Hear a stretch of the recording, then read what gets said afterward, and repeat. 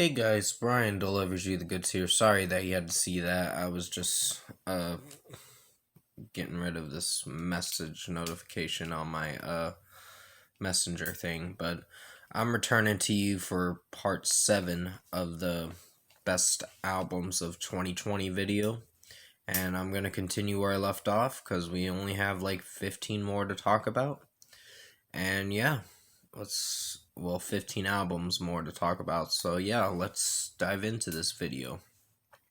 At number 15, we have Bring Me the Horizon Post-Human Survival Horror extended play. Now, I really enjoyed this extended play. I was going to put it at number 21, but considering that I really love it, I put it at a good spot. Because I do plan on buying it for sure. Because I found out the CD's coming out January 22nd. So I'm like, yes. I'm like, I have to own this for sure. It's a must. It's Bring Me the Horizon. So it's a must own album. But yeah, I enjoyed Parasite Eve from this album. Dear Diary was great. Obey was really good. The only songs I wasn't sure about liking were One Day the Only Butterflies Left Will Be in Your Chest as You March Towards Your Death, which is a long title, but also a dark one too, to be honest. Um, yeah, and One by One featuring Nova Twins. That one's growing on me, but I wouldn't call it great. Uh, just the way Ollie's singing it and kind of almost screaming it and singing it at the same time. It sounds alright. When he uses his full potential, it sounds really good. But yeah, Kingslayer was a great song featuring Baby Metal in it. It's for the Cure, When Will We Be Free was really good. Ludens, of course, is great. Teardrops, I really like. And yeah, there's only like 9 songs on this extended play, but it's worth listening to. I always go back to Teardrops all the time because it's such a great song. And yeah, but at number 15, I chose Bring Me the Horizon Post-Human Survival Horror extended play. Number 14, I chose Gray Days with Men's. Now, some of the songs are a little mellow, but In Time was a really good song. And Shouting Out was a great song to end the album. May Chester rest in peace, of course. Because he was a legend. And he was great as a singer and a screamer. And when he was with Linkin Park, it was great. Gray Days was his starting off kind of career. Started his career as a musician. So they were trying to reunite back in 2017 to get ready for this album. But unfortunately, a few months afterwards, when they were setting up this album, he unfortunately took his own life, which is really sad. It's still sad when you're struggling with mental health.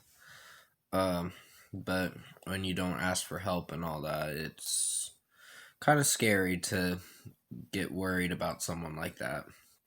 But yeah, Gray Days Amends was a really good album. I like the song of the 9th track on the album.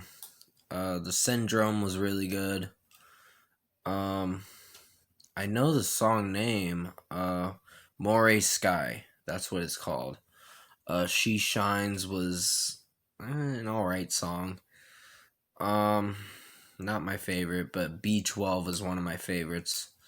I don't know, I like it. Most people find it to be annoying, the hooray hurrah thing, but I like it. I think it's a banger of a song. And just the way that Chester's singing in Moray Sky, it sounds really beautiful, that song. And Soul Song is one of my favorites. Just like Heroin was really good. uh, and some other ones too that were really good. Like uh, Sickness was good sometimes, of course, and What's in the Eye. So yeah, I think I mentioned all 11 songs to be honest, but there was a lot to offer with this album for the runtime of 39 minutes. So yeah, at number 14 I chose Gray Days with Immense. Number 13 I chose Avatar with Hunter Gatherer. Now this was a really awesome album. Silence in the Age of Apes was one of my favorite songs. Colossus, I wasn't sure about liking that one. It wasn't bad, it just wasn't my personal favorite, but it still did really good. Secret Door was a really good song. I think it's called A Secret Door or Secret Door. That was a really good song. It was pretty lengthy. And some of the other tracks I can't remember. God of Sick Dreams was good. And there was another one. But I can't remember it. But Gun was one of the mellower songs. It's kind of emotional, to be honest, but it's a pretty lengthy song. Justice is one of my favorites, and The Wormhole was a really good one. And One All But Faith Has Failed or something like that. I can't remember the title name of the track, but there was a lot to offer with Hunter Gatherer for Avatar. Johannes's screams in it are great, and just the way he's singing too, it sounds really good. And they've pulled out a pretty successful career as the band Avatar has.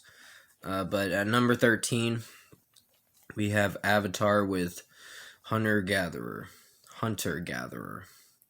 Number 12, we have Bad Omens with Finding God Before God Finds Me Unplugged extended play.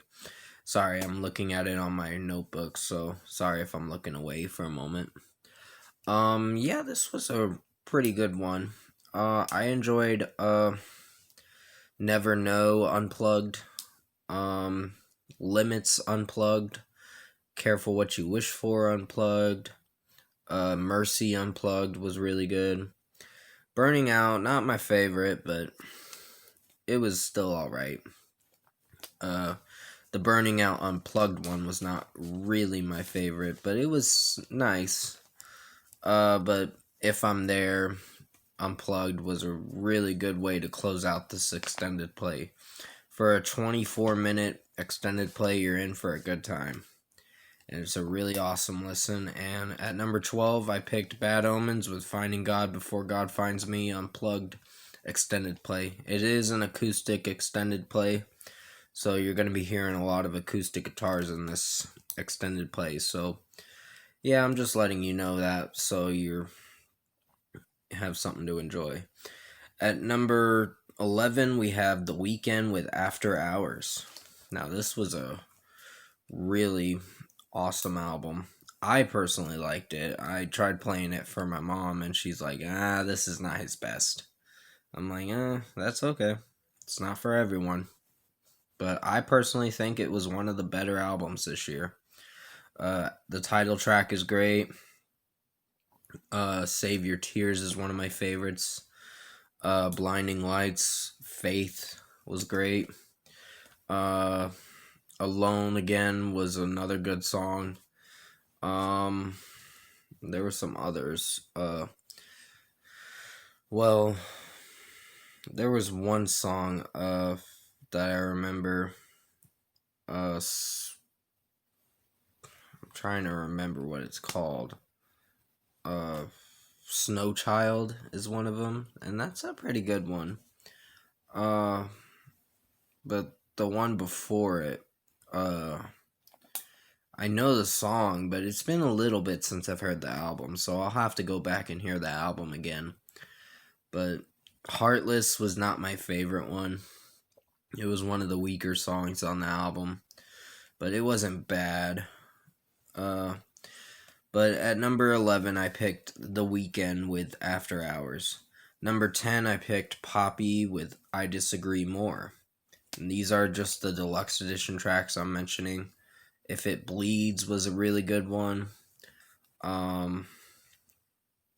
Chaos times 4, I think, or times 4 or something, or whatever. I can't remember. But that's a pretty good song. And there were 2 other songs on there that I kind of forgot to mention, but If It Bleeds and Chaos times 4 were my favorites. So sorry if I'm not mentioning the other tracks because I'm easily forgetting. But at number 10, I picked Poppy with I Disagree More. At number 9, I picked Crossfaith with Species Extended Play. This was a really awesome extended play. I think it was their best work this year. I heard a lot of music in the year of 2020, but this was phenomenal. This was almost a masterpiece, except for one song that I wasn't sure about liking, the third track on it. But None of Your Business was one of my favorite ones. And the last song was a good one too. There's only like 5 songs on here, so you're not in for a long extended play, but you're in for a good listen. So it's not terrible. It's really good. But yeah, Digital Parasite is another good song I like off it. It's a little quirky and a little weird, but it works. So at number 9, I picked Crossfaith with Species Extended Play. Number 8, I picked Kansas with The Absence of Presence. Absence of Presence, I meant to say. This was a pretty good one. The song The River Sang was good. Throwing Mountains, well, I tried playing it for my mom, and she's like, this is a little disappointing. Because it seems like it's repeating itself with the chorus and the same lyrics and all that. It sounds repetitive, but it sounds really good. The Absence of Presence, the title track, is really awesome. But I think the song The River Sang is one of my favorites. It closes out the album with a cliffhanger. And I'm like, ooh, what's next? But Memories Down the Line was another good one. And Jets Overhead is not a bad one. Not my favorite, but not a bad one. But at number 8, I picked The Absence of Presence by Kansas. We had Kansas with The Absence of Presence. At number 7, I picked In Flames with Clayman 2020 EP. Now, I picked a lot of extended plays for this album, but for this list, I meant to say. But this EP was really awesome. Clayman, the re-recorded. These are re-recorded tracks, and Themes and Variations, and D minor is one of the songs to open this extended play, but it sounds really good with the violins and all that. And yeah, then you dive into Only for the Weak re-recorded, and it sounds really good with Anders' voice. And I like Only for the Weak re-recorded song. The original is really good too, just not my favorite. I think I've had a little bit of minor issues with the originals for these songs, but Bullet Ride was a good one. Pinball Map is a favorite. And yeah, you're only in for 5 songs for this extended play, but it's worth listening to. It's 22 minutes in, and it's definitely worth checking out. So at number 7, I picked In Flames with Clayman 2020 on my list. I'm going to have to return to you for part 8 for the final part, of course, for the best albums of 2020 video. Not comment below yet. I'll do it in the next video. I'm sorry. I'm so used to doing that towards my end of the videos and all that. But I hope you did enjoy this part 7 of best albums of 2020 video. Sorry that I almost said the wrong thing just a moment ago. I was slurring my words. But definitely stay safe. Take care. And I'll see you soon in the final part for Best Albums of 2020 video.